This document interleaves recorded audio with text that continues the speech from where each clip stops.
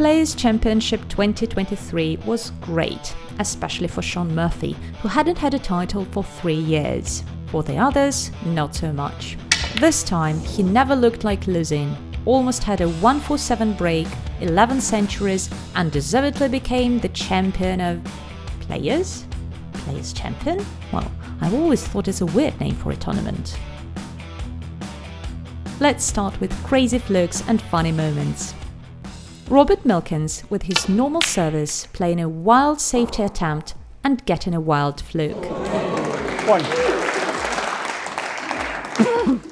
Here, Ryan Day, probably having remembered his famous frame with Marker Fu, where he stole the frame with 4 snooker deficit, decided to put himself a snooker's required stage, fluking 2 reds. After missing the red 3 times, Joe O'Connor managed to fluke the red and make an 86 break.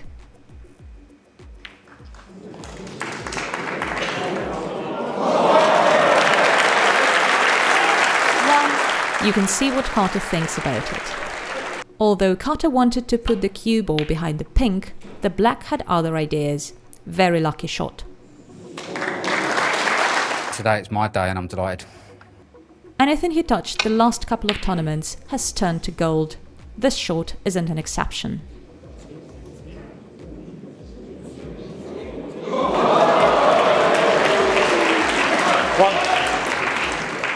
Later, his opponent had some luck too, but it seems like too little too late.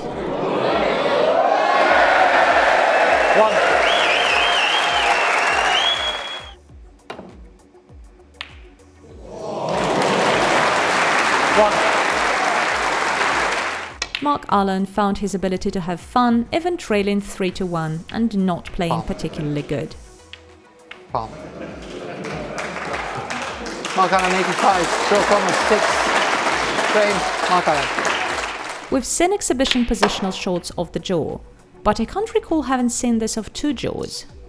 85. Murphy is hilarious. Looks like the rat stopped inside the pocket here. Murphy had to enable stealth mode.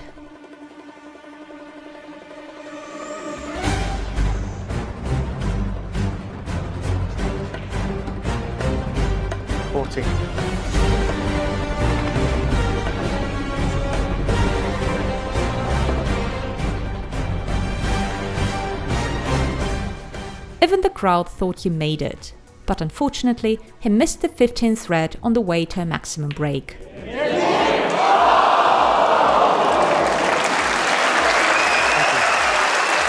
Shaun Murphy 112 and the frame. Power screw shot by Judd Trump.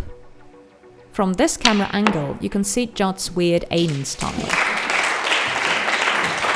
He's addressing the cue ball to the right and in the last moment delivering with the left spin. But if it works, why change it, right? Despite the fact that Carter needed 1 snooker, Shaun Murphy played a safer shot and got the frame.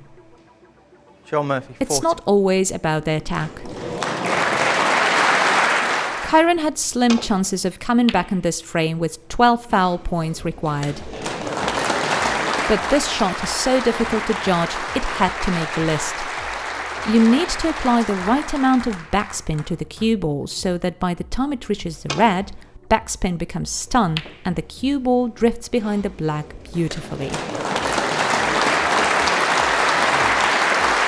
This shot is similar to a trick shot he played in our previous video, in a way that it is hard to tell if it was planned or not. But to be honest, it feels natural that the cue ball having top spin would tend to go down off the pack and stay near the black. Needs some luck to have such a perfect shape indeed. And needs some skill to make a 75 for 3-0 lead. Slightly bigger angle to screw the cue ball into the bunch of reds. But no problem for Trump, he just plays his basic in and out of bulk shot. 16. Couple of long pots from Murphy. The first one allowed him to make a clearance and increase his lead over Mark Selby. The second one was much more difficult. The cue ball close to the cushion, but this time with a safety in mind. It's just a fantastic curious, a very powerful player, scores well, enjoys the big occasion. He's always been like that, even as a junior. You know, he's a very, very confident sort of person, very confident player, and you know, he'll bring that to the table. But no further success. He had some breathing space though.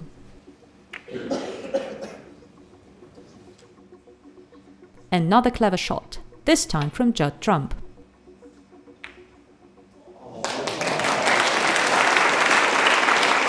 Unfortunately, Trump lost this very close decider. Tricky little shot from Ali Carter, which put Milkins in all sorts of trouble. Foul, no miss.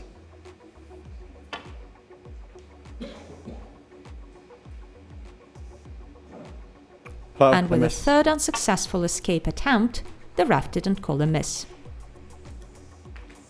Foul. Ali Carter. There is the absurdity of the miss rule, which had been invented to prevent players playing a deliberate foul shot when escaping from snooker.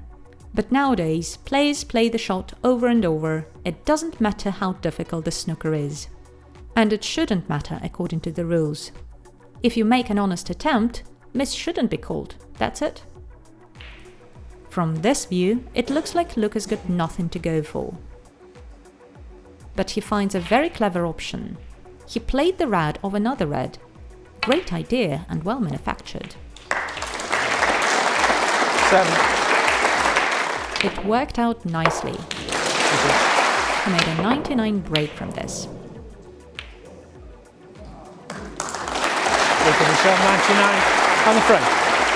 Here you can see Joe O'Connor is fractionally on the right side of the black. And he's got too small of an angle to play the top spin and off the right cushion to the left of the red. He decided to play a more risky shot, but it worked out nicely.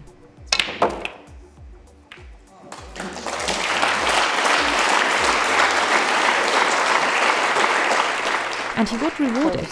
He managed to win this frame, beat Mark Allen, then beat Luca Brecel in the next round. Here it felt like Carter had to play this shot. The angle on the pink was just perfect, and he would have needed to deal with this cluster of reds anyway later. He's not always thinking positively, let's put it this way, but this choice was very positive. This shot from Murphy isn't important at all. Although it's weird that Carter conceded with only 3-point deficit, we thought this shot was worth having a look at. Shaun Murphy, 5. Such a clever idea to play the cushion first. It takes some vision to see this option. That's it. Hope you liked this video and our choices of shots. See you in the next one.